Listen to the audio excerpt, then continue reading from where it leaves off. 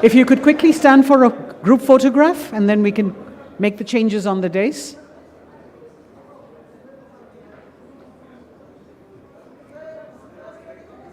Thank you. Thank you very much. We're moving on to our next session, ladies and gentlemen, on technology, innovation, and economic progress.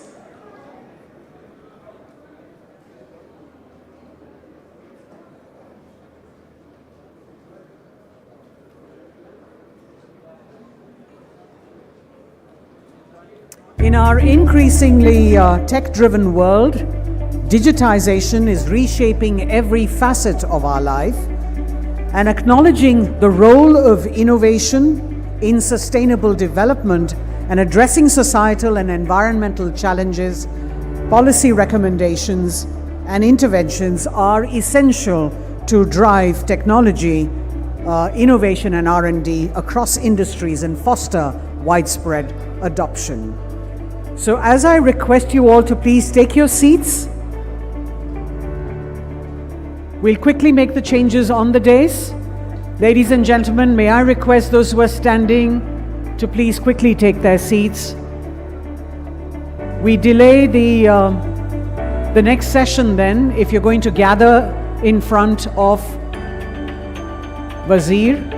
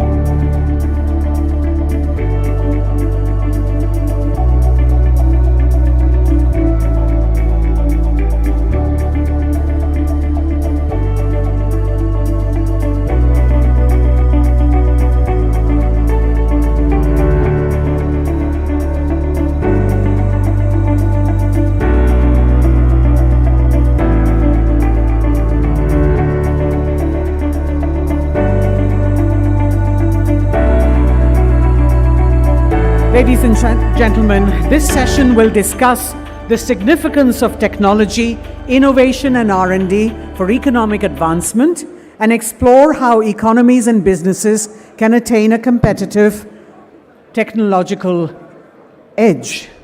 On our panel, we have with us Ms. Candice Johnson, co-founder SES, Laurel Teleport Europe Online, Chair and Partner Seraphim Space, Vice Chair North Star, and Executive Board Member International Chamber of Commerce, Luxembourg. Mr. Fernando Sestari de Rizzo, the Chief Executive Officer, Tupi, Brazil.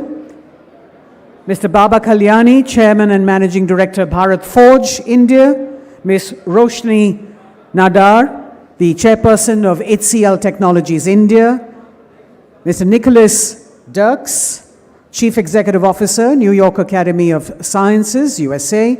And driving this conversation is Mr. Chris Gopalakrishnan, Chairman, Axelor Ventures and co-founder, Infosys Limited. Please settle down, ladies and gentlemen. It's over to Mr. Gopalakrishnan to steer this session.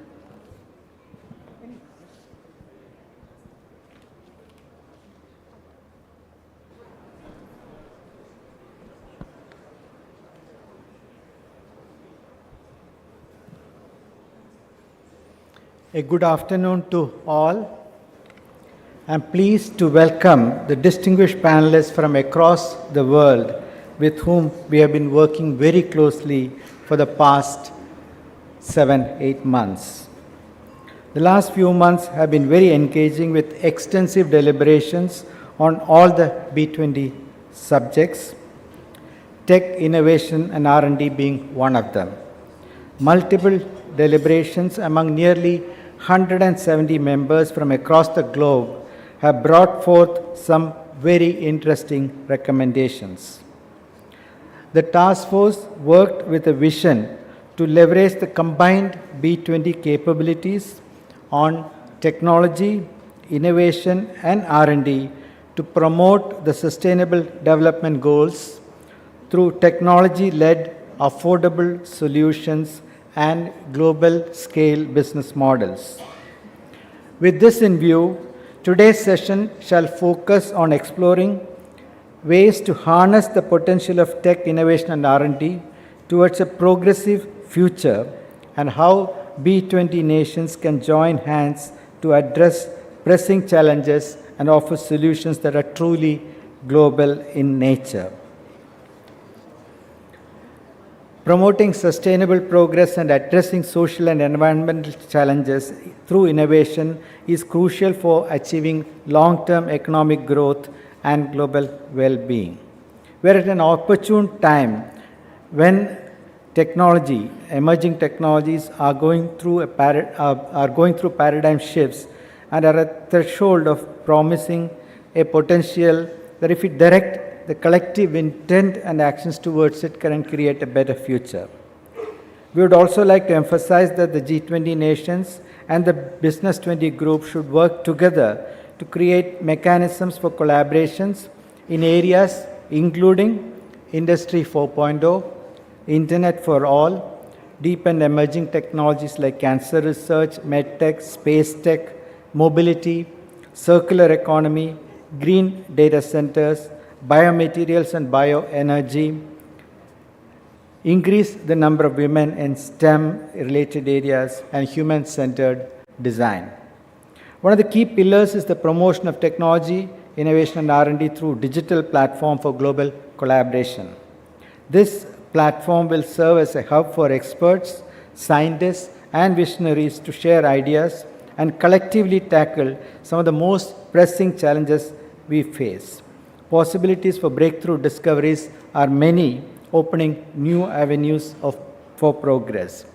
Collaboration between developed and developed economies brings several benefits to the world, to scientific research, to innovation. The reason why many multinational corporations have their R&D centers in a location like India is to leverage the talent that's available in India, to leverage the lower cost economies and the benefit that comes with that, bring diversity of thought, diversity of ideas, diversity of solutions and problem statements to the table, and create affordable solutions that work for the 8 billion people in the world. We truly believe that such a collaboration creates better solutions, affordable solutions, and create an equitable society. There is need for increased public-private funding for R&D activities, especially in sectors with high potential for sustainable innovation, such as renewable energy, clean technology, and healthcare. It is important to also foster collaboration between academia, research institutions, and industry to create an environment of knowledge sharing and cross-disciplinary innovation. G20 nations must also come together to invest in education and training programs that equip the workforce with skills needed for emerging technologies such as artificial intelligence, renewable energy, and biotechnology. By implementing such interventions, governments, businesses, and organizations can create an environment that fosters innovation, accelerates technology development, and drives mass adoption of sustainable solutions across various industry sectors. To discuss these issues, we have an expert panel with us.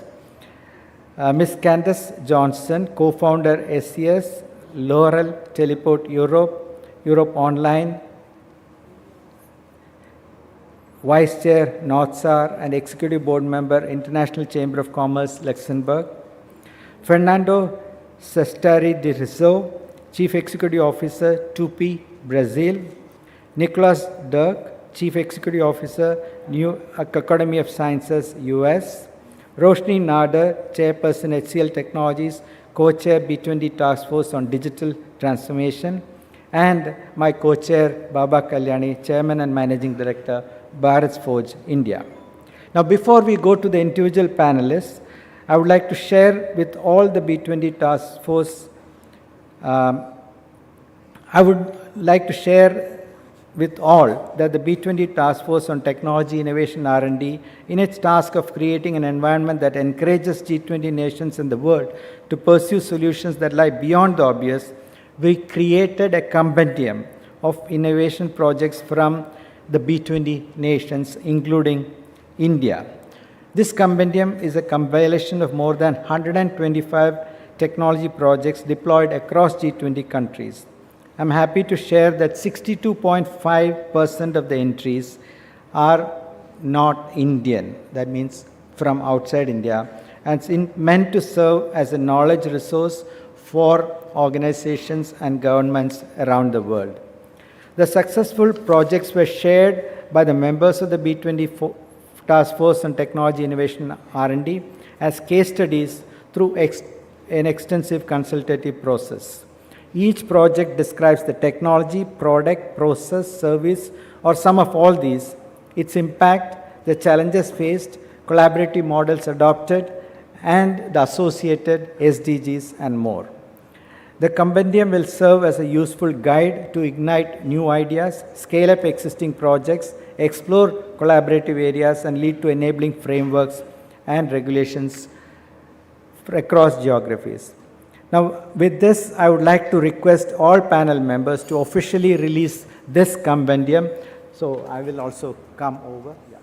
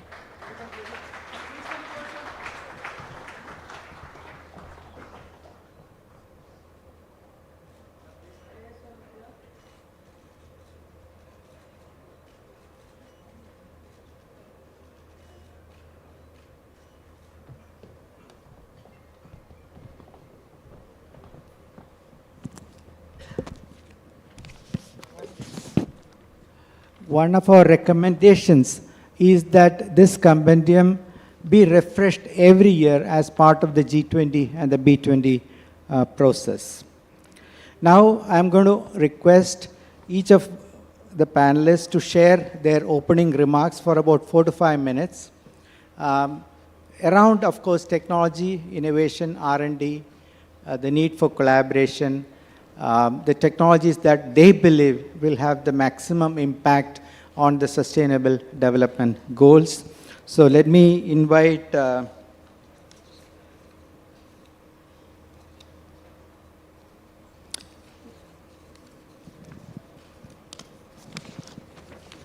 Candace Johnson to get started. Candace. Okay, you can be here.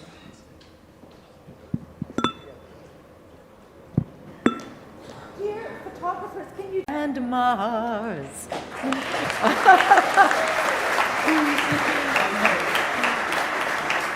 Chandrayaan! Congratulations, India.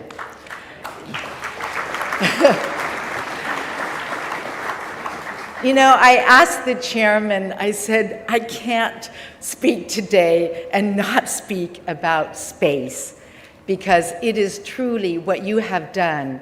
It is the best use case of technology, innovation, and R&D for our planet and for our world today. This reminds me, my dad was working for President Kennedy on the Apollo mission. And when I was 5, I received, in 1957, I received a little Sputnik to put on the Christmas tree. And from then on, I was convinced that space was that everything good came from space. And I still do. Now, everybody's been talking about Chandrayaan, and I wanted to say why it's so important. I am a space entrepreneur. I've started the world's first and largest satellite television system. I was on the founding team of Iridium. By the way, we used your launchers. We were one of the first non-Indian companies to use your launchers. I started the first international launch service, a joint venture between Khrushchev in Russia and Lockheed Martin in the United States. I started Europe Online, which was also the world's first satellite broadband internet company. And today I'm the chair of Seraphim Space, which is the world's largest space tech and venture fund, and I'm also vice chair as the of North Star, so we're doing space situational awareness. So I think I can really tell you why what you are doing is so important. First of all, you've landed on the South Pole. This has taken a huge amount of R&D, innovation, and technology to get there. You have done it with your own inventions. You have done it with your own software. As a venture capitalist, you've done it for $73 million, so you're definitely investable. And of course, we are hoping now that the rover is taking literally its first steps, we are hoping that the images, which I think will be released tomorrow, will already start to show if there is ice on the South Pole, and if that ice then can be used for water, for oxygen, for fuel, to take us literally to, as the song says, to Mars. And this is incredibly important. Space exploration is the next frontier. I was just sharing with Chris that actually maybe the final frontier is the brain, but going to space, we will learn about so many things. And since we're talking about financing the climate transition, I know that you know that satellites, Earth observation, weather, being able to trend and to see the trends, unfortunately, with the warming of the climate, with the CO2 emissions, all of this comes from using satellites and sensors, Internet of Things, so that we can trace them and we can measure them. And when you can measure something, then you can make a difference. And so we are now being able to have data that will help us learn what we need to do for precision agriculture, for pipeline monitoring, for extreme weather prediction, so that we can tell people before it happens, you've got to move. I always like to explain my life as going from using satellites for universal access to satellite television, satellite telecommunications, satellite mobile, satellite internet, to then accessing the universe. So indeed using Earth observation, satellites, weather satellites, geo information satellites, and now to basically doing networks for the universe. Because indeed, our theme for this conference, G20, is one world, one future, one family. I would also like to say that it's also one space, and that as we go further into space, the James Webb Telescope allows us to literally go to deep space. You, India, will be also leading us towards deep space. We will have deep space, we will have near space, and we will have the planet. And we will be able to create energy networks. So we were just talking about using the sun. And I'm done. Yeah, I'm done. So just one last thing. We're using the sun to be able to help the climate transition. We will also be able to use the sun from space-based solar power, and bring it down to Earth. This is just one of the things that is going to make our worlds better, and thanks to India, we're well on the way. Congratulations.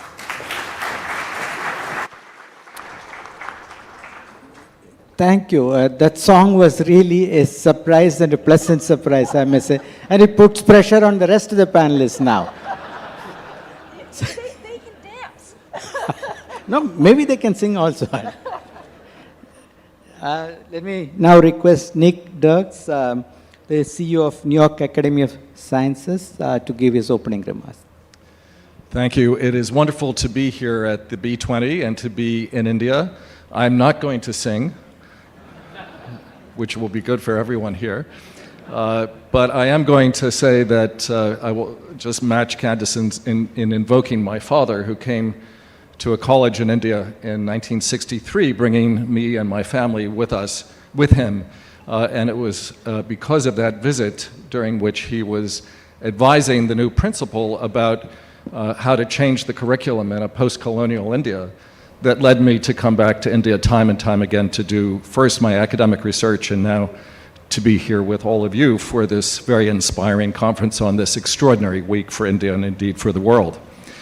I come, though, from a university background, and so I, in a panel like this, just want to emphasize at the outset that we won't have new technology, we won't have innovation, we won't have the kind of R&D needed to solve the major world problems that we're confronting if we don't support fundamental research, and the work that goes on in universities is critical to that. After all, it was quantum physics that led to the invention of the transistor, the semiconductor, the laser, MRI, GPS, and of course, the whole information revolution.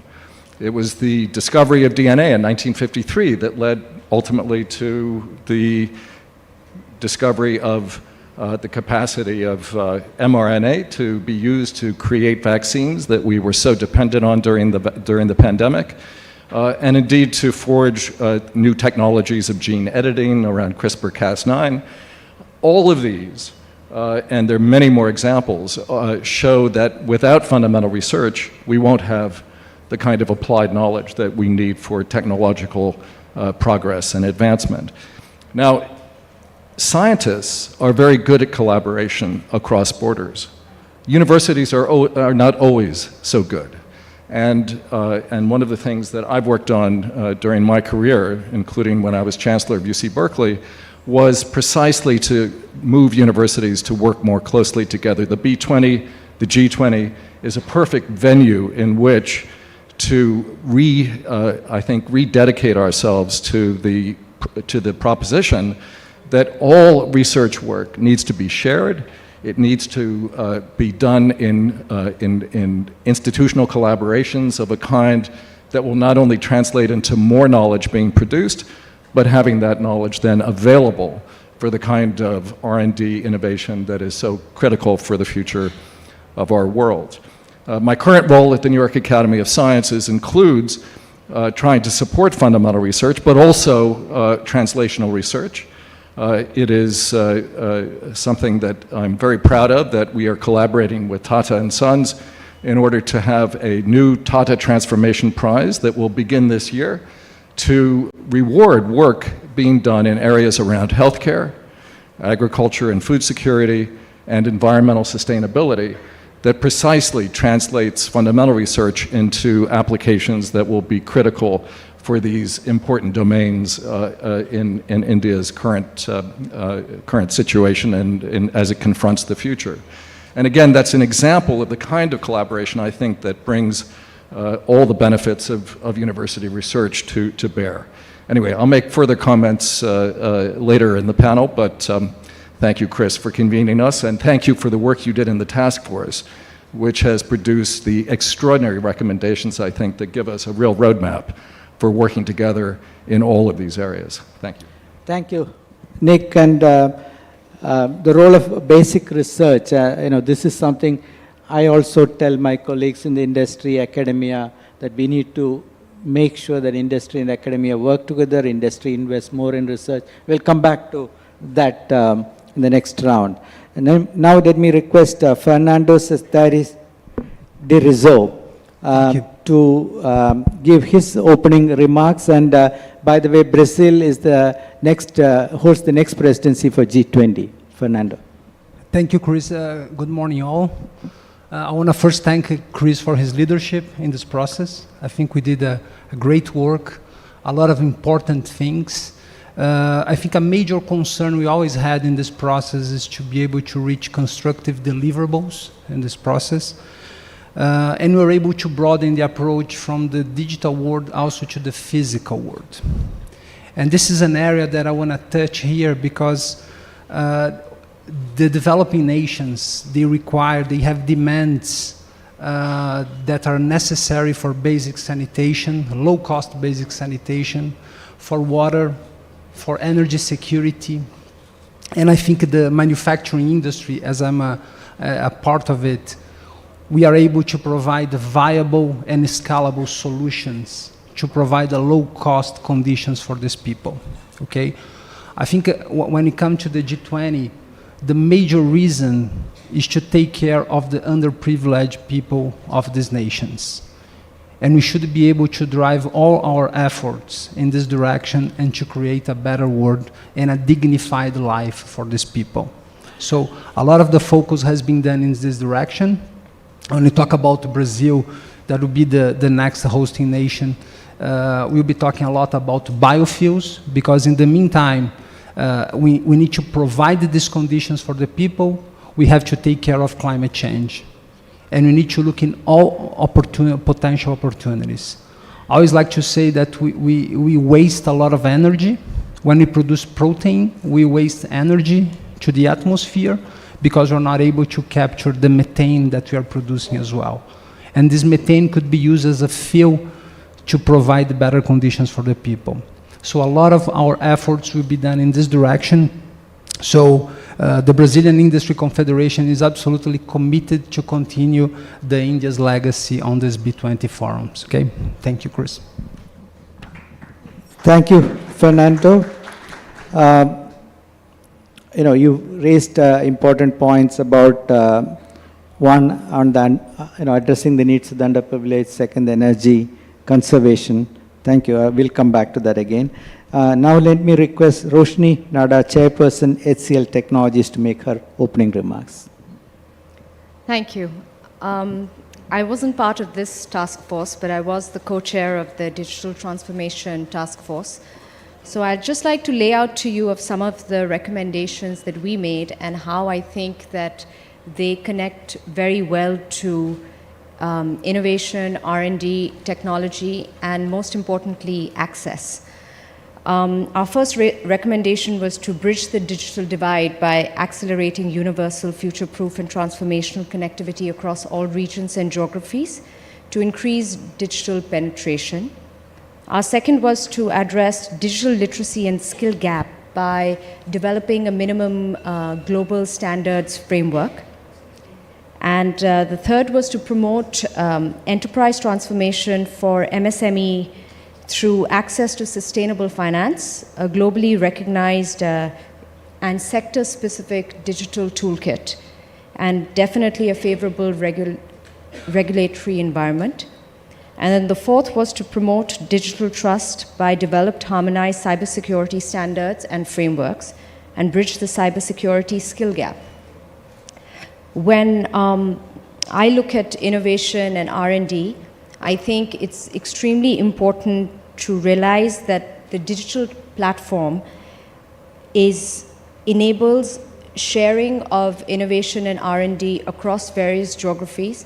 In the B20, in the G20 itself, I think different countries are in different cycles of technological development, especially in academia as well as skills. I also think that it's extremely important to focus on equitable funding.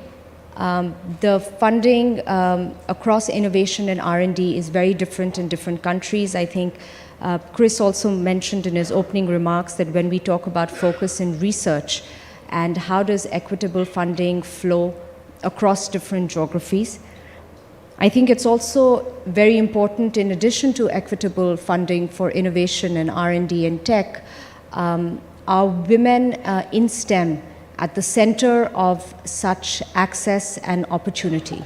I think that's going to be extremely critical. It's very critical now. It'll be extremely critical going forward. And that's one woman who clapped for me. Other women. And Thank you. We need more women to do that. My last point would be, and this is something Fernando raised as well, around innovation and sustainability. But specifically in sustainability, looking at water as a resource and seeing what innovation and R&D and solutions which are developing across the world, including, of course, many in India, and how that is going to be extremely relevant and necessary for investment going forward. Thank you. Thank you, Roshni. It's amazing to see how many of the points that your task force discussed find actually their way into our task force, and I'll briefly talk about it after Baba Kalyani, my co-chair, makes his opening remarks before we go to the second round. And I also, I'm going to ask afterwards one question to each panelist, but then we will come to audience. So please ready with your questions or comments, but make it brief. But before that, let me request Baba to make his opening remarks. Thank you, Chris. First of all, I think must take this opportunity to congratulate our colleagues in ISRO for the great feat that they have generated in getting Chandrayaan-3 on the moon. It's by no means a simple feat. It's taken a lot of research, a lot of innovation, a lot of development, and a lot of learning from Chandrayaan-2 to get to Chandrayaan-3. And as Candice says, it provides us a pathway for a lot of new things to happen. Our task force on technology, R&D and innovation, Chris mentioned our vision. We had two main visions in this. One was, how can we create technology-led affordable solutions and global scale business models? Now, the reason why these were the two, visions that were created is, you look at India or you look at the South, it's an area with a huge population. Even India with 1.4 billion people, with such a large number of small and medium industries, their access to technology through the normal means that are used in the West is almost impossible. So it's great to develop technology in research labs, in education center. It's necessary, it's important, but I don't think that technology will reach the guys running a small-scale factory in some village in India. So we need to create some kind of democratization of technology business model, pretty much like the UPI. Government created a platform called UPI, and today thousands of Indians, and maybe even outside India, people without having to spend money, people without having to develop capability, are able to use a UPI and create a business. So we need now platform-based technologies to be created. And I'm glad that we have you on our panel, because you're the kind of people that must create these platforms. Government is creating another platform for the e-commerce business, which will also democratize the e-commerce business. But this is the focus of the mission that we have been talking about. The third area in our mission has been a lot of research is going on. A lot of individuals, labs, places, research goes on, and it dies into something called the valley of death. And it dies in the valley of death largely because there is no funding.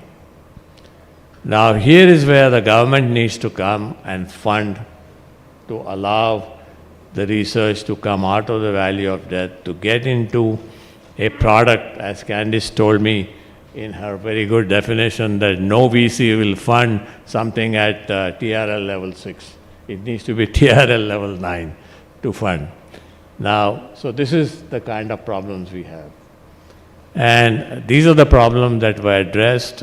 We had wonderful meetings with many people giving suggestions.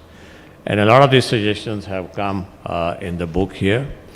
So this is my summation of what we have done. Thank you. Thank you, Baba. One of our recommendations is to create a digital collaboration platform for global R&D. It's a deliverable that we believe we need to take forward. The purpose, the goal of this platform is for problems, for solutions, for people who would like to collaborate. Also, funds that are available for these projects, people can fund these projects, etc. So it's an online platform which will allow us to do all these things. Now I'm going to ask one question to each one of the panelists, and please be brief so that we can take audience questions. So Candace, my question is, you talked about space, but there are only 4 or 5 countries which have now the technology that allows. But how does the rest of the world benefit from the work that these 4 or 5 countries are doing? Or how should we set up a collaboration? Or maybe you have already, examples of this. Maybe you can talk about it. Yes, thank you. So, just like Rajina said, water and collaboration. Water and space are dependent on international collaboration. And what we are seeing, just as we are seeing a democratization of education, of the digital world, we are seeing a democratization of space. The reason that we are seeing this is because we have the miniaturization of components that are coming, that are making space be much more accessible. We are seeing launchers that are becoming much cheaper, the cost of launching. And we are having these people inspire. So India is inspiring not only your youth, but all of the youth around the world. And actually, Chris, I'm working right now on something that I'm very worried about, and that is that we may be having a colonization of space. And so I'm working, I've created the manifesto for clean, accessible, equitable, and peaceful space. And the goal of this is to make certain that the emerging spacefaring nations around the world, that they have access to space, because, as I was saying, actually space can fulfill all of the SDGs, and it is these emerging nations which can now, because it's cheaper, they can also get into space. So there you go. Thank you, Candace. Wonderful way of putting it. Nick, if I may, you talked about basic research and the need for basic research for progressing on many dimensions. Equally important, I would say, is communicating science. And New York Academy of Sciences plays a very important role, because unless we communicate this, funding is not going to come, youth are not going to join science courses and things like that. Maybe you can briefly talk about it, or you can talk about also the funding that's necessary to look at basic research or even translational research. Thank you, Chris. I'll just talk briefly about both, but stop me when I go too long. The need for better communication about science is important not just because I think we're at a moment of crisis around trust in science, but also because, of course, the challenges that we're confronting will, all of them, depend upon not just investing in science, but actually engaging in a process in which science will help provide the solutions that we need. Of course, we saw during the pandemic, at a time when it was almost miraculous how quickly vaccines were produced for the new, completely novel virus, that, of course, there was a worldwide problem around, more outside India than in India, of actually accepting scientific advice about the need to take the vaccine or other public health measures that were critical to combating the coronavirus.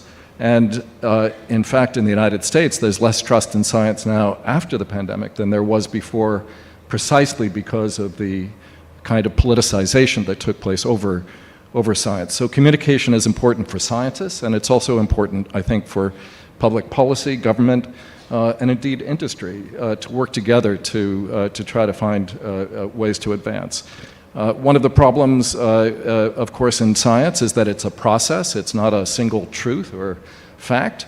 When one says follow the science, one knows, of course, that it's going to be a circuitous route that one has to actually traverse to follow, because every time there's a new study, every time there's a new set of experiments, our knowledge will change, and sometimes it seems as if it's just zigging and zagging, and therefore it doesn't inspire a great deal of confidence. So communicating the process, as well as the fact that when there is a consensus, and there are a lot of scientific consensus-based understandings of the world that still require further specification, clarification, and work, that nevertheless has a certain kind of rigor attached to it, and that has to do with climate change and the whole, well, the extent to which some of you saw how few American politicians in a particular party actually believe that humans have anything to do with climate change. But there is also the question, of course, around communication issues, how one funds the kind of, yeah, and that, of course, is ultimately going to require a real collaboration between the public and the private sectors. I'll just say that in a general way.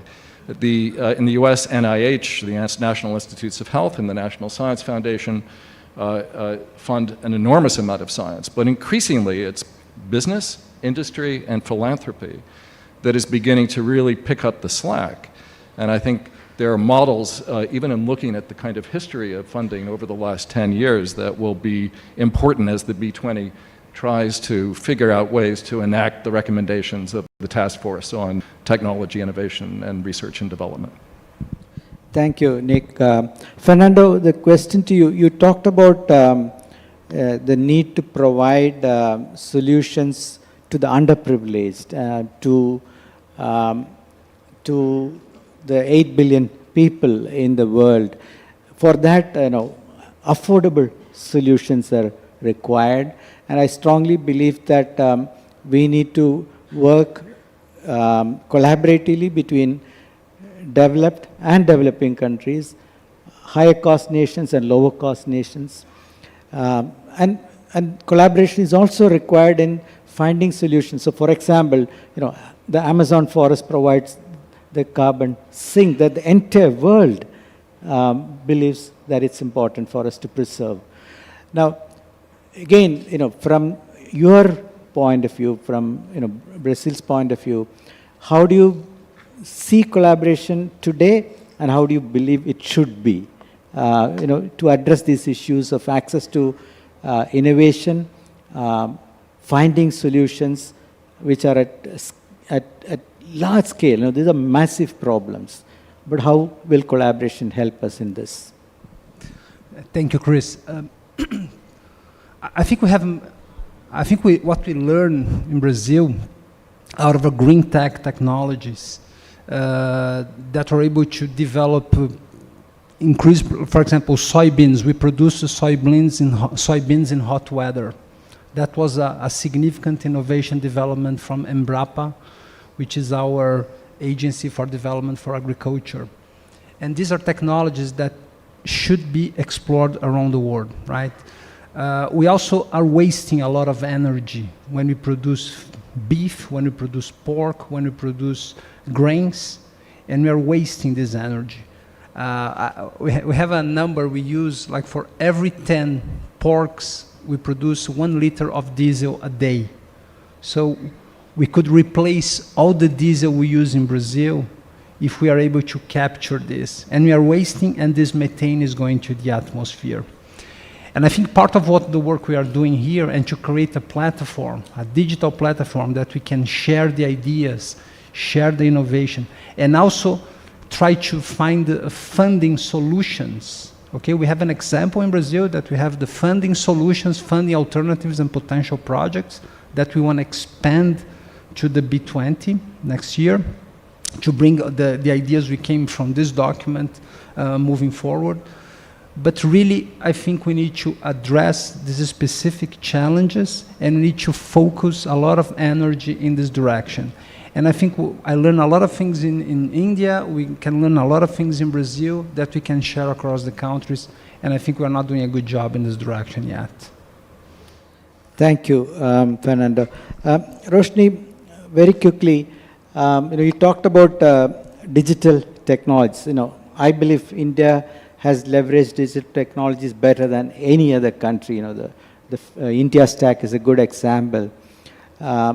We have also been pioneers in collaborative R&D, because the entire IT services which you belong to, I belong to, has pioneered from the late 70s, early 80s, the global collaboration on R&D, development and things like that.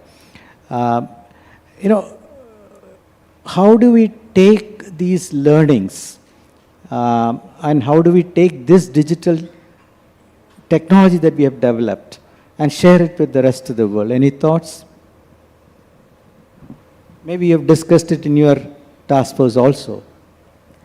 Yes, so I think, we discussed it in the beginning before this panel as well, that the one thing that we've also been able to do because of the development of the digital technology since the 70s to now is also this constant pipeline of talent and looking at not only skills that are needed today, but also having a forecast on future skills. And I think that's one reason why so many companies are also coming and setting up in India, because it's not just a young population, but it's a population which is at the frontier of what's happening in digital technologies.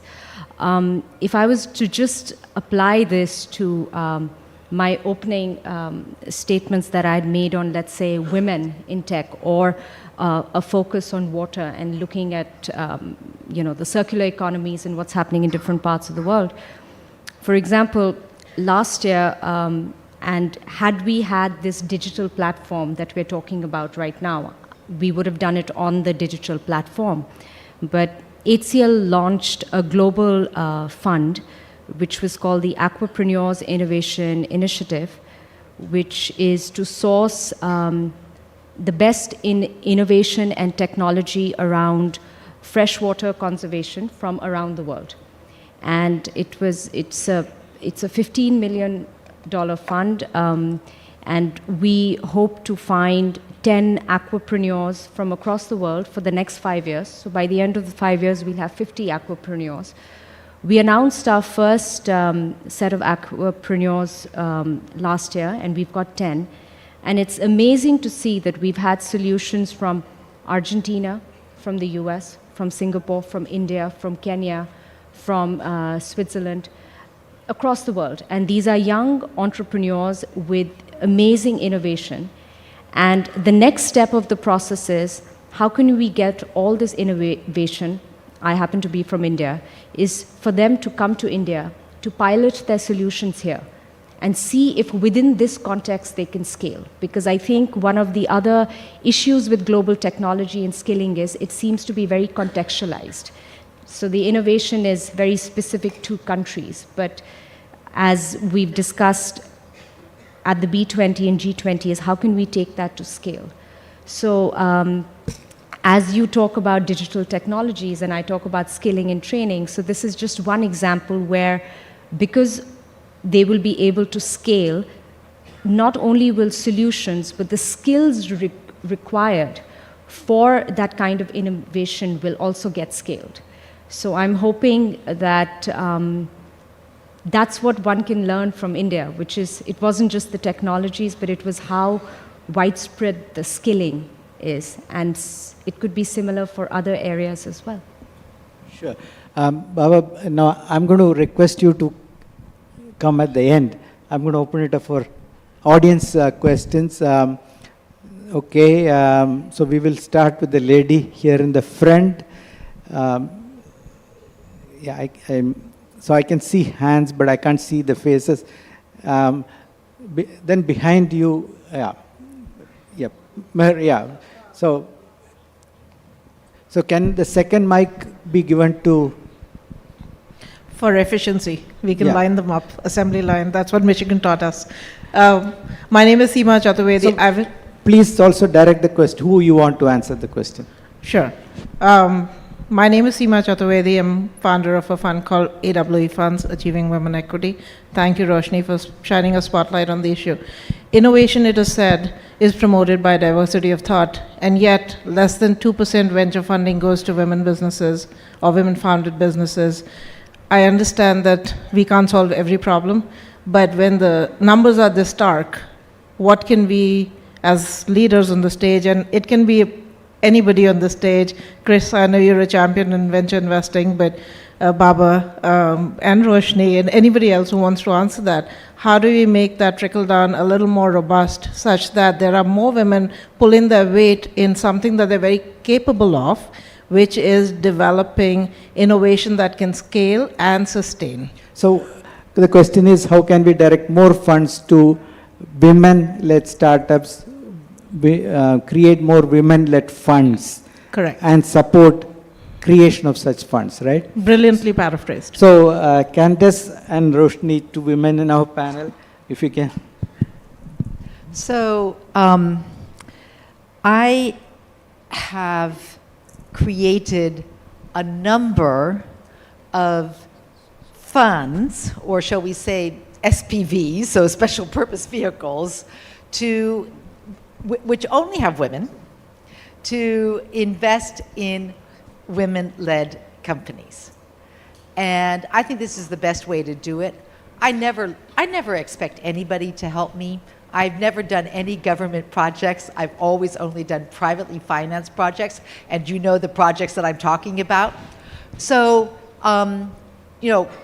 three very quick examples. One, I created ONSAT, Oceania Women's Network Satellite.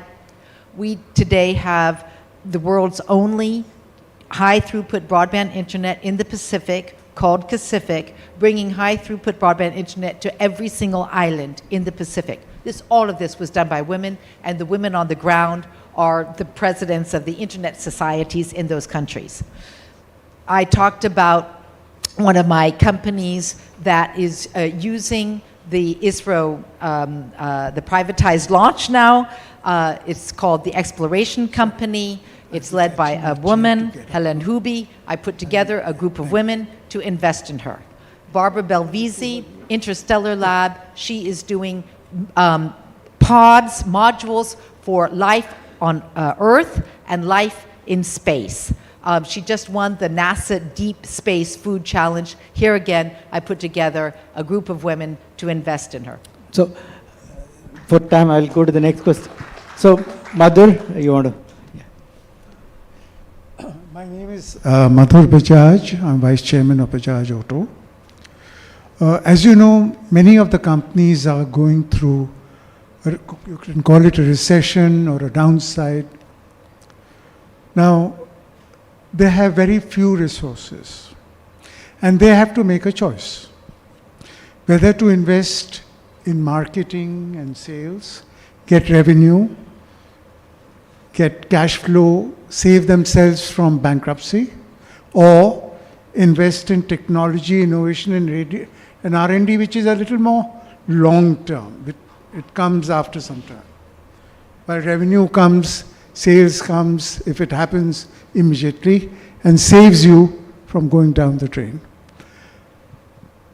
my vote would be to go and spend my resources or few pennies that I've left in marketing and R&D, marketing and sales. I would want any of the panelists to convince me that no, spending in technology, innovation and R&D would be better than spending it elsewhere in any other function, including sales.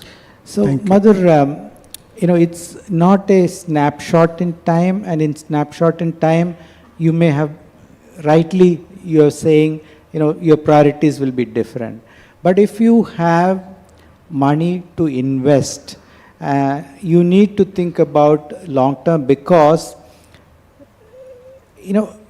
organizations also have to be relevant, should have the right product, should have the most efficient and latest products, which only will come from innovation and R&D. So if you're not relevant, so you may survive in the short term, but may not be relevant in the long term. So you have to make a balance, and at different snapshots in time, definitely, you will, as the leader of the organization, make the right choices. And so right now, probably survival is the most important thing. Tomorrow, maybe you have money to invest, etc. But I'm saying, by and large, we need to make sure that our industry, and this is not just India, our industry is competitive, our industry has the latest products, our industry takes advantage of the latest technologies and stays relevant. I'm going to go to the next, we can discuss outside. A small follow-up question. How do you then explain, compared to other countries, the very, very low percentage of expenditure in technology, innovation and R&D compared to the GDP or to the revenue of the company? So, how do you explain that? Yeah, but it's not that the country doesn't have and our companies are not profitable, right? Now so, I've changed the question. So, even look at, the estimate of this 2% CSR itself is 40,000 crores or something like that. That's the 2% CS of the profits. So there are profits, and we should judiciously invest these things. Yeah, please. Thanks, Chris. To the panel, my name is Kumar Bagrodia. I'm an applied neuroscientist. I run a company which uses brain-computer interface technology to help with mental health and brain enhancement. My question is to Mr. Dirks. So we are still in an environment where, although as the panel name suggests, technology, innovation, and R&D, but when we come to digital therapeutics or technology as a therapeutic, we are still being regulated and subject to conditions in an environment where it is assumed that health is equal to medicine and medicine is equal to chemicals in your body or surgery. But with all the innovation in digital therapeutics and technology as the therapeutic, how do you see this pan out where we are still not, subjected to old ways of thinking and regulation? Yeah, thanks. Yeah, do you want to go ahead? I'll be brief because Chris has actually been working recently to support work in neuroscience as well. Some of the, and you probably know at my institution at Berkeley, just 3 days ago, there was a great breakthrough in terms of actually using neurotechnology to translate the lyrics of Pink Floyd, I think, into from someone who could not speak. Yes. But as soon as you talk about the brain, of course, there are all these regulatory concerns that emerge because, of course, it's a new frontier. And I'll pass it to Chris to say more about it. My sense is that one of the big areas of necessary exploration is precisely to have people working in these fields translate better what they're doing to the kinds of people who are making regulatory decisions, because you're quite right, it's a very old model that's being used. But Chris? Yeah. So very quickly I will say, we need to work with the regulators. The regulators need to create sandboxes where these could be tested. without creating larger harms and things like that. And that I see starting to happen. For example, Reserve Bank of India has created a sandbox to test fintech innovations and things like that. So in other areas also we need to do. Health is little bit more difficult because the impact could be long term. So you may not catch it. So health, people are a little bit more careful because playing with lives. The lady there. Yes. Thank you. Thank you. Hi, my name is Pallavi Karnataka. I'm from Accenture, and my question is to Candice. Since yesterday, we've been hearing a lot of speakers emphasize on the responsible use of technology. And it is rather reassuring to hear from you that, you are looking for making space an equitable, clean arena. Given how we are, as India, taking stride onto the space tech sector, it would be rather interesting to hear from you what you stated that, space can fulfill all the SDGs. Would request you to elaborate on, please. Very briefly, Candice. Yeah, very brief. So, whenever I start anything, I never ever think about the technology. I only think, is this going to make the world better? And can I use whatever tool I've decided? And I think that that is really what India has to keep foremost in its mind, and obviously is doing. How can we make the world better? How can we make our next future sure? And from that will come the solutions. So last question from the back. Yeah, very briefly, please. Hi, my name is Royston Braganza. I'm the CEO of Grameen. We have 60 million women entrepreneurs at the bottom of the pyramid. And one of the things that Baba Kalyani talked about was the valley of death. We've talked about Pink Floyd to Frank Sinatra and the moon. How do we get funding to the base of the pyramid? Is there a way to catalyze, Chris, that you talked about the 2% CSR as a way to bring guarantees or other things for innovation that are at the bottom of the pyramid?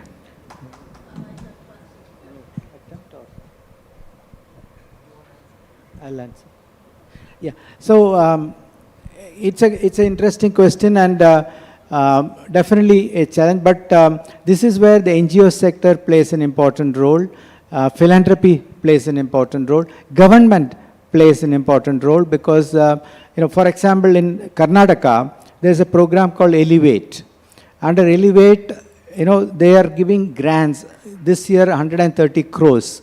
That's about 1,300 million rupees to different categories of startups or innovators, which include women-led, minority-led, small entrepreneurs or small ideas and things like that, from tier 2, tier 3, rural. So there are multiple programs. Similarly, there are, I know of funds that are supporting farmers. There are. Now, the venture capital industry is a very different industry. They fund risky projects, very highly scalable. So that's a different category of asset, and you should look at other source for addressing these. We can discuss outside because I need to close. The time is up. Thank you. We will discuss outside. Now, thank you all. In a wonderful session, we could go on, and I want to thank all my co-chairs sitting here, panelists sitting here, and all the 170 people who worked with us. And I'm going to hand it over to my co-chair, Baba Kalyani, who, in many a time, actually convinced of our deliverables that this should be accepted. So he is the best person to conclude. Thank you, Chris. Well, I think we've had a fairly varied discussions on many topics, right from space to technology to innovation to science in institutions to things like what Roshni said, creating entrepreneurs for water on a worldwide basis, and my friend from Brazil trying to use what Brazil can do in terms of solving many of its own problems. The answer really lies in that sentence, that all of us, no matter which country we live in, we need to find what is the best for our people. We need to find where do we have the best ideas within our system. How do we use those ideas to solve the problems by innovating new things, new processes, new ideas, and making life better. Nothing is going to go away in a snap of a finger. I think it's a long process, but in any society, and especially in societies today, with so much of change happening, whether it's the change of the digital world, the change of the artificial intelligence systems coming in, Chat GPT, AI coming in, and all kinds of different things that are happening in the world, change is one constant factor that is going to remain no matter what we like to say. And change can only happen if you invest in innovation, if you invest in innovative thinking, if you invest, it doesn't mean that everywhere we have to put a lot of money to do things. Sometimes you can do things by using common sense also. And sometimes you can do things by using each other's examples and by sharing information. So I think we have to create a world where technology, innovation, R&D is something that we can share with each other, and we can create a better world for ourselves. Thank you. Thank you very much, Mr. Chris Gopalakrishnan, and our panelists, Candice Johnson, Fernando Rizzo, Baba Kalyani, Roshni Nadar Malhotra, and Nicholas Dirks. We've got gifts for everyone. If I could request Mr. Gopalakrishnan to please do us the honors of presenting small tokens of appreciation to our panelists.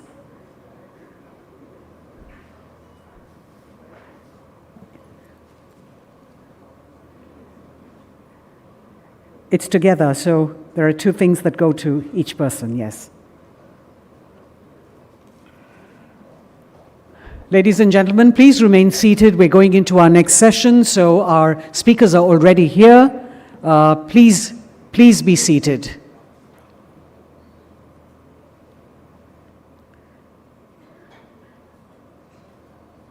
If I could request all of you to also just gather together for a group photograph. Thank you.